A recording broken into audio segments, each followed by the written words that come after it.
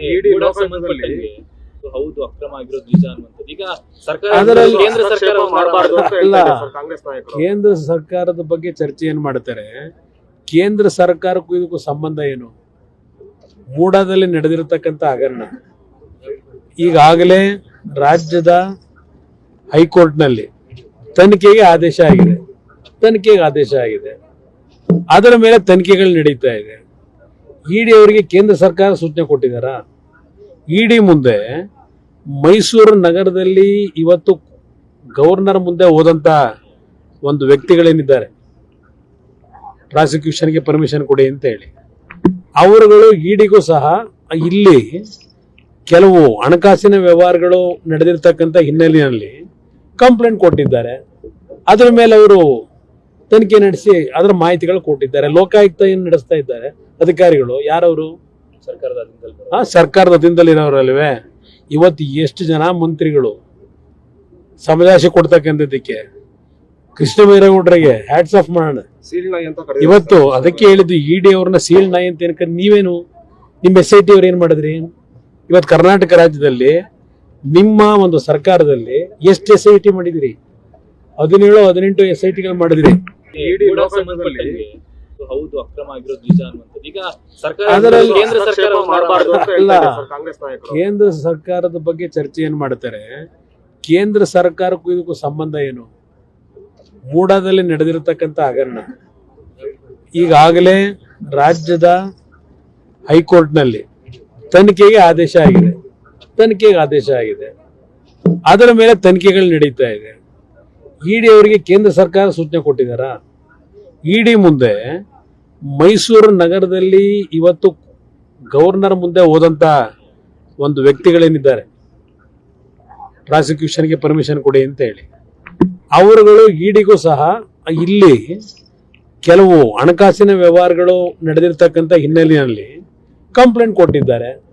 ಅದರ ಮೇಲೆ ಅವರು ತನಿಖೆ ನಡೆಸಿ ಅದರ ಮಾಹಿತಿಗಳು ಕೊಟ್ಟಿದ್ದಾರೆ. ಲೋಕಾಯುಕ್ತ ಏನು ನಡೆಸ್ತಾ ಇದ್ದಾರೆ ಅಧಿಕಾರಿಗಳು? ಯಾರವರು?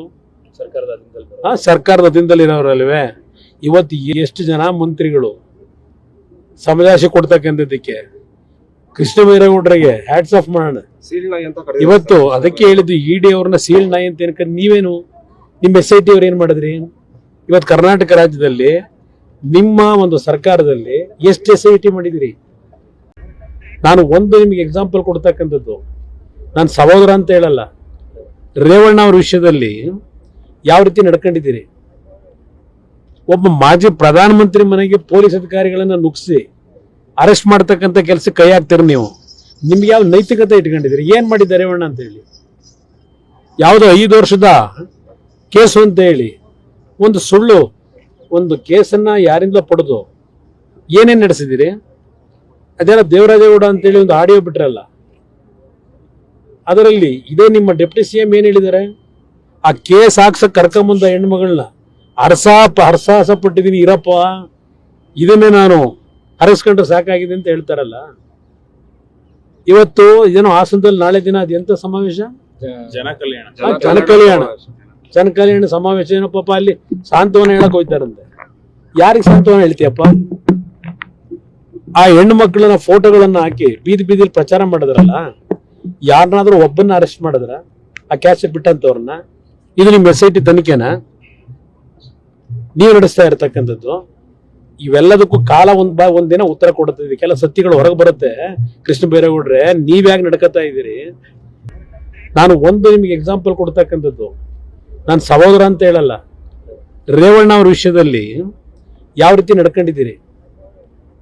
ಒಬ್ಬ ಮಾಜಿ ಪ್ರಧಾನಮಂತ್ರಿ ಮನೆಗೆ ಪೊಲೀಸ್ ಅಧಿಕಾರಿಗಳನ್ನ ನುಗ್ಸಿ ಅರೆಸ್ಟ್ ಮಾಡ್ತಕ್ಕಂಥ ಕೆಲಸಕ್ಕೆ ಕೈ ಹಾಕ್ತೀರಿ ನೀವು. ನಿಮ್ಗೆ ಯಾವ ನೈತಿಕತೆ ಇಟ್ಕೊಂಡಿದ್ದೀರಿ? ಏನ್ ಮಾಡಿದ್ದಾರೆ ರೇವಣ್ಣ ಅಂತ ಹೇಳಿ? ಯಾವುದೋ 5 ವರ್ಷದ ಕೇಸು ಅಂತ ಹೇಳಿ ಒಂದು ಸುಳ್ಳು ಒಂದು ಕೇಸನ್ನ ಯಾರಿಂದ ಪಡೆದು ಏನೇನ್ ನಡೆಸಿದಿರಿ? ಅದೆಲ್ಲ ದೇವರಾಜೇಗೌಡ ಅಂತೇಳಿ ಒಂದು ಆಡಿಯೋ ಬಿಟ್ರಲ್ಲ, ಅದರಲ್ಲಿ ಇದೇ ನಿಮ್ಮ ಡೆಪ್ಟಿ CM ಏನ್ ಹೇಳಿದ್ದಾರೆ? ಆ ಕೇಸ್ ಹಾಕ್ಸಕ್ ಕರ್ಕೊಂಬಂದ ಹೆಣ್ಮಗಳನ್ನ ಹರಸಾಹಸ ಪಟ್ಟಿದ್ದೀನಿ ಇರಪ್ಪ, ಇದನ್ನೇ ನಾನು ಹರಸ್ಕೊಂಡ್ರೆ ಸಾಕಾಗಿದೆ ಅಂತ ಹೇಳ್ತಾರಲ್ಲ. ಇವತ್ತು ಏನೋ ಹಾಸನದಲ್ಲಿ ನಾಳೆ ದಿನ ಅದೆಂತ ಸಮಾವೇಶ? ಜನಕಲ್ಯಾಣ ಸಮಾವೇಶ. ಏನೋ ಪಾಪ ಅಲ್ಲಿ ಸಾಂತ್ವನ ಹೇಳಕ್ ಹೋಗ್ತಾರಂತೆ. ಯಾರಿಗೆ ಸಾಂತ್ವನ ಹೇಳ್ತೀಯಪ್ಪ? ಆ ಹೆಣ್ಣು ಮಕ್ಕಳನ್ನ ಫೋಟೋಗಳನ್ನ ಹಾಕಿ ಬೀದಿ ಬೀದಿಲಿ ಪ್ರಚಾರ ಮಾಡಿದ್ರಲ್ಲ, ಯಾರನ್ನಾದ್ರೂ ಒಬ್ಬನ್ನ ಅರೆಸ್ಟ್ ಮಾಡಿದ್ರ? ಆ ಕ್ಯಾಸೆಟ್ ಬಿಟ್ಟಂತವ್ರನ್ನ? ಇದು ನಿಮ್ಮ SIT ತನಿಖೆನಾ ನೀವು ನಡೆಸ್ತಾ ಇರತಕ್ಕಂಥದ್ದು? ಇವೆಲ್ಲದಕ್ಕೂ ಕಾಲ ಒಂದಿನ ಉತ್ತರ ಕೊಡುತ್ತೆ. ಇದಕ್ಕೆಲ್ಲ ಸತ್ಯಗಳು ಹೊರಗೆ ಬರುತ್ತೆ.